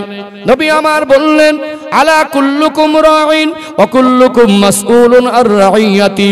তোমরা প্রত্যেকেই এক একজন দায়িত্ববান জিম্মাদার। তোমাদের দায়িত্ব কর্তব্য কতটুকু পালন করেছো আল্লাহর কাছে হিসাব দিতে হবে কি হবে না? প্রত্যেকটা বাবা যদি মনে করে আমি আমার হালাল টাকা দিয়ে আমার মেয়েকে এমন পোশাক কিনে দেব না যে পোশাকে পর্দার হক আদায় হয় না, মেয়েটা পর্দানাশীনা হবে কি হবে না? প্রত্যেকটা মা যদি মনে করে, বাবা যদি মনে করে বাইরে যখন যাব সপরিবারে, আমার মেয়ে যখন ঘরের বাইরে যাবে বেহায়াপনা পোশাকে ঘর থেকে বের হতে পারবে না। ছোট থেকে যদি অভ্যস্ত করে আমাদের মেয়েদের জীবনে পর্দা বাস্তবায়ন হবে কি হবে না? হবে না? কিন্তু আজকে অনেক ভদ্রলোক দেখছি স্ত্রীকে মেয়েকে সঙ্গে নিয়ে যাচ্ছে, পর্দা করে না, সে নিজেই দায়িত্বহীন, হুজুর বলে তাকে ভালো করতে পারবে না। যেমন বিবাহের আগ পর্যন্ত বাবা মার উপরে কঠিন দায়িত্ব, মেয়েটাকে পর্দায় ভালো সভ্য শালীন পরিবেশে মানুষ করতে হবে, এমন একটা ছেলের হাতে তুলে দিতে হবে স্বামী হিসাবে যাকে চয়ন করা হবে সেখানে শরিয়াত চিহ্নিত করেছে না করেনি, ইনফরমেশন দিয়েছে না দেয়নি, সেখানে যদি আপনি যোগ্য ছেলের হাতে তুলে না দেন ওই মেয়েটা পর্দায় মানুষ হলেও তার স্বামী যদি পর্দা না চায় পর্দা বাস্তবায়ন হবে না। আজকে পর্দা কেন হয় না বাস্তবায়ন 2-4 মিনিটে বলেই আমরা 11টা সাড়ে 11টার মধ্যে সমাপ্তির দিকে আসবো ইনশাআল্লাহ। সম্মানিত ভাইরা, লাস্ট পয়েন্ট 2-4 মিনিট একটু গুরুত্ব দিয়ে শুনুন। এখানে বিয়ে বাড়িতে আমাদের ঘরে সব মা বোনরা বেয়াদব না, মোটামুটি আদবে থাকে, চুল ঢেকে থাকে, পেট পিট ঢেকে থাকে, কিন্তু এখন তো মেয়ের বাবারা যদি পয়সাওয়ালা ছেলে দেখে পাগল হয়ে যায়। কি হয়ে যায়? 500 বিঘে জমি থাকে বা 50 বিঘে জমি থাকে, মার্কেটে 10টা দোকান থাকে, ছেলের যদি 5তলা বিল্ডিং থাকে, এসি রুম থাকে, ছেলে লাল পানি নীল পানি খেলেও চলবে, নামাজ না পড়লেও চলবে, কলেমা না জানলেও চলবে। বিবাহের দিনে এখন সব ফ্যাশন আর মডার্ন, ছেলের পক্ষ থেকে বলছে বিউটি পার্লার থেকে লোক আসবে, আমাদের বৌমাকে আমরা সাজিয়ে নিয়ে যাব, শাড়ি পরিয়ে দিল, যার পেট পিট চুল মামাতো ভাই ফুফাতো ভাই খালাতো ভাই এতদিন দেখতে পাইনি, বিয়ের দিনে তাকে খুলে দেওয়া হলো, মাথায় একটা ওড়না চাপিয়ে দেওয়া হলো, মশারির থেকেও পাতলা, ওটা শরীর ঢাকার জন্য না, সৌন্দর্য বৃদ্ধিকরণের জন্য। এখন সব ফটোগ্রাফি হচ্ছে। বিবাহের দিনে উভয় পক্ষের, মহিলা ছেলে পক্ষ মেয়ে পক্ষের ক্ষেত্রে উভয় পক্ষের আত্মীয় স্বজনের মধ্যে জ্ঞানী গুণী বিশিষ্ট থাকে না, চাকরিজীবী থাকে, মাস্টার থাকে, ডাক্তার থাকে, হাজি থাকে, হুজুর থাকে, কারোর কোনো প্রতিবাদ নেই। হুজুর এখানে স্টেজে প্রতিবাদ করে পর্দা হবে? এবং সে বিবাহ করে বাড়ি নিয়ে গেল, তার স্ত্রীকে কোনোদিন পর্দার কথা বলে না, পর্দার সঙ্গে ঘর থেকে বের করে না। আমি হুজুর আজ করে পর্দানাসীন হবে? তাহলে স্বামীকেও দায়িত্ববান হতে হবে, বাবা মাকেও দায়িত্ববান হতে হবে। এই দুটো কাজ করলে সমাজে পর্দা বাস্তবায়ন হয়ে যাবে ইনশাআল্লাহ। নবী আমার পৃথিবীর মানুষকে মেসেজ দিলেন, আল্লাহর নবীর সন্তানদের মধ্যে হযরত ফাতেমা রাদিয়াল্লাহু আনহাকে ভালো বেশি বাসতেন না কম বাসতেন? যেখানে যেতেন শেষ দেখাটা হযরত ফাতেমার সঙ্গে দেখা করে যেতেন, আবার যখন আসতেন হযরত ফাতেমা রাদিয়াল্লাহু আনহার সঙ্গে দেখা করে ঘরে ঢুকতেন। তাহলে মায়া বেশি না কম? এত আদরের নবী আমার যদি মনে করতেন মদিনার জমিনে সব থেকে ধনী লোকের বাড়িতে তুলে দিতে পারতেন না? বরং সাহাবারা চেয়েছিলেন যে নবীর সঙ্গে আমাদের সম্পর্ক নবী আর সাহাবা, নবী আর উম্মাত, যদি পারিবারিক সূত্রে একটা সম্পর্ক হয় সেটা সৌভাগ্যের হয়ে যাবে না? নবীর পরিবারের সঙ্গে একটা সম্পর্ক আবদ্ধ হওয়া। মক্কা সব থেকে ধনী মানুষের ঘরে তুলে দিতে পারতেন না? আজকে বাজারে গরু ছাগল বিক্রি হয়, তখন দাস দাসী বিক্রি হতো, কৃতদাস গোলাম হিসেবে মানুষকে কিনে আনতো, কাজ করা লোক বাড়িতে ছিল। নবী যদি মনে করতেন ফাতেমাকে এমন বাড়িতে তুলে দেবে, বাসন মেজে খেতে হবে না, জাতায় আটা পেশাই করে খেতে হবে না, কূপের পানি তুলে খেতে হবে না, বিছানা বিস্তার সোজা করেও খেতে হবে না, সুখ চাইলে দিতে পারতেন। কিন্তু সেই আদরের মেয়েটাকে নবী পৃথিবীর মানুষের শিক্ষক হয়ে মেসেজ দিলেন, এমন একটা ছেলের হাতে তুলে দিলেন অত্যন্ত গরিব। শেরে খোদা হযরত আলী রাদিয়াল্লাহু আনহু, তিনি আর্থিক দিক থেকে দুর্বল হলে মানসিক দিক থেকে আল্লাহর প্রিয় ছিল। তার আচরণ, তার আমল, তার চিন্তা, তার চেতনা, তার চালচলন, তার জ্ঞান, তার মনুষ্যত্ব আল্লাহ এবং রাসূলের পছন্দ ছিল। জোরে বলুন। এই জন্য নবী বললেন, মেসেজ দিলেন, দেখো তোমরা পয়সা দেখে যেন তোমাদের আদরের মেয়েটাকে তার জাহান্নামের দিকে নিয়ে যায় এরকম সন্তান হাতে তুলে দিও না। তার জীবনের দুনিয়া কষ্ট হোক, বিরিয়ানি না দেয় ডাল ভাত দেখ, অন্তত তাকে পর্দায় রাখুক আর নামাজি পরিবেশে তাকে স্ত্রী হিসেবে রাখুক, দায়িত্ব পালন করুক, তাকে মদ খেয়ে এসে গালাগালি না করুক, তার উপরে অমানবিক টর্চার না করুক। মেয়েটার জীবনের সুখ বিল্ডিং বালাখানা নয়, সুখ হলো প্রকৃত মানুষের সঙ্গে মিশে জীবন যাপন করা। কথা ঠিক না ঠিক? একদিকে নবী মেসেজ দিলেন আমার প্রিয় খাতুনে জান্নাতকে যেমন অর্থ দেখে বিয়ে দেয়নি, অপরদিকে নবী মেসেজ দিলেন আমার জামাই জিন্নুর আইন উসমান রাদিয়াল্লাহু আনহুকে তোমরা দেখো, মক্কা মদিনার সেরা ধনী। একটা মেয়েকে বিবাহ দিলেন, ওই মেয়েটার আফাতের পরে নবী বললেন, উসমান আমি আল্লাহ রসুল আপনাকে অনেক ভালোবাসি, আমার একটা মেয়েকে বিবাহ দিলাম, ইন্তেকাল করেছে, আমার আরেকটা মেয়ে আছে, আপনি বিবাহ করুন। একটা জামাইয়ের সঙ্গে একটা মেয়ের ইন্তেকালের পর আরেকটা মেয়েকে বিবাহ দিয়েছিলেন না দেননি? ধনী ছিলেন না গরিব ছিলেন? অবশ্যই ধনী সন্তান দেখতে পারেন, ধনী জামাই হলো অবশ্যই ভালো, মেয়ে সুখে থাক সবাই চাই, কিন্তু তার দিনদারিতাও দেখতে হবে কি হবে না, তার মনুষ্যত্ব দেখতে হবে। নবী বুঝিয়ে দিলেন যদি যোগ্য হয় তাহলে অর্থশালী দিলে অসুবিধা নেই, আর যদি যোগ্য না হয় গরিব হলেও দেবেন, তার ভিতরে যেন মনুষ্যত্ব ঠিক থাকে। কথা ঠিক না বেঠিক? এই জন্য আমরা বাবা মা যদি ইসলামের দেখে দেওয়া রাস্তায় চলি, আমাদের সাংসারিক জীবনে, পারিবারিক জীবনে, সন্তানদের জীবনে প্রকৃত শান্তি পাবে ইনশাআল্লাহ। ইসলাম যেখানে কায়েম হয় সেখানে শান্তি কায়েম হয়। এই জন্য ইসলামের একটা অর্থ হলো শান্তি। ভাষায়, ভঙ্গিতে, কথায়, শব্দ চয়নে, আলোচনায় কারোর মনে যদি কষ্ট লাগে ক্ষমা নজরে দেখবেন। আমরা দেশের আইনকে শ্রদ্ধা করি।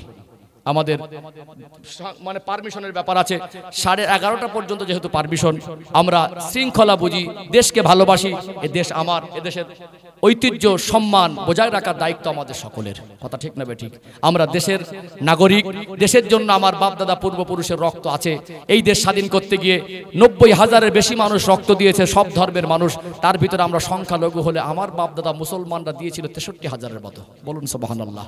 আজ যারা দেশপ্রেমের পরিচয় চায় তাদেরকে বলি, এই দেশের মাটি শুকলে আমার বাপ দাদা পূর্বপুরুষের রক্তের, শহীদের গন্ধ পাওয়া যাবে। আমরা আজও বলছি, আগামী দিন যদি দেশের জন্য আমাদের জান লাগে, মাল লাগে, আমরা সেদিনও দেবো। কথা ঠিক না বেঠিক? আমাদের কাছে দেশপ্রেমের পরিচয় চেয়েও না, মুসলমান দেশকে ভালোবাসার আগামী দিন বাসবে। অপরাধী অপরাধী হয়, আমার বাপ যদি অন্যায় হয় সেও সাজা পাক। কিন্তু আমার দেশের দ্বিচারিতা কিছু পাঁচাটা মিডিয়া মুসলমান অন্যায় করলে বলে সন্ত্রাসী, আর অন্যকে অন্যায় করলে বলে অপরাধী। এই দ্বিচারিতা মিটে যাক, দেশের মধ্যে ভ্রাতৃত্ব জেগে উঠুক, দেশের মধ্যে শান্তি বজায় থাক।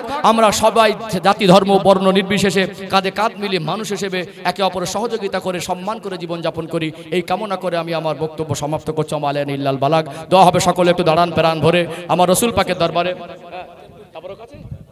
আপনাদের জন্য তাবারকের ব্যবস্থা আছে এবং আপনারা তাবারক গ্রহণ করে যাবেন।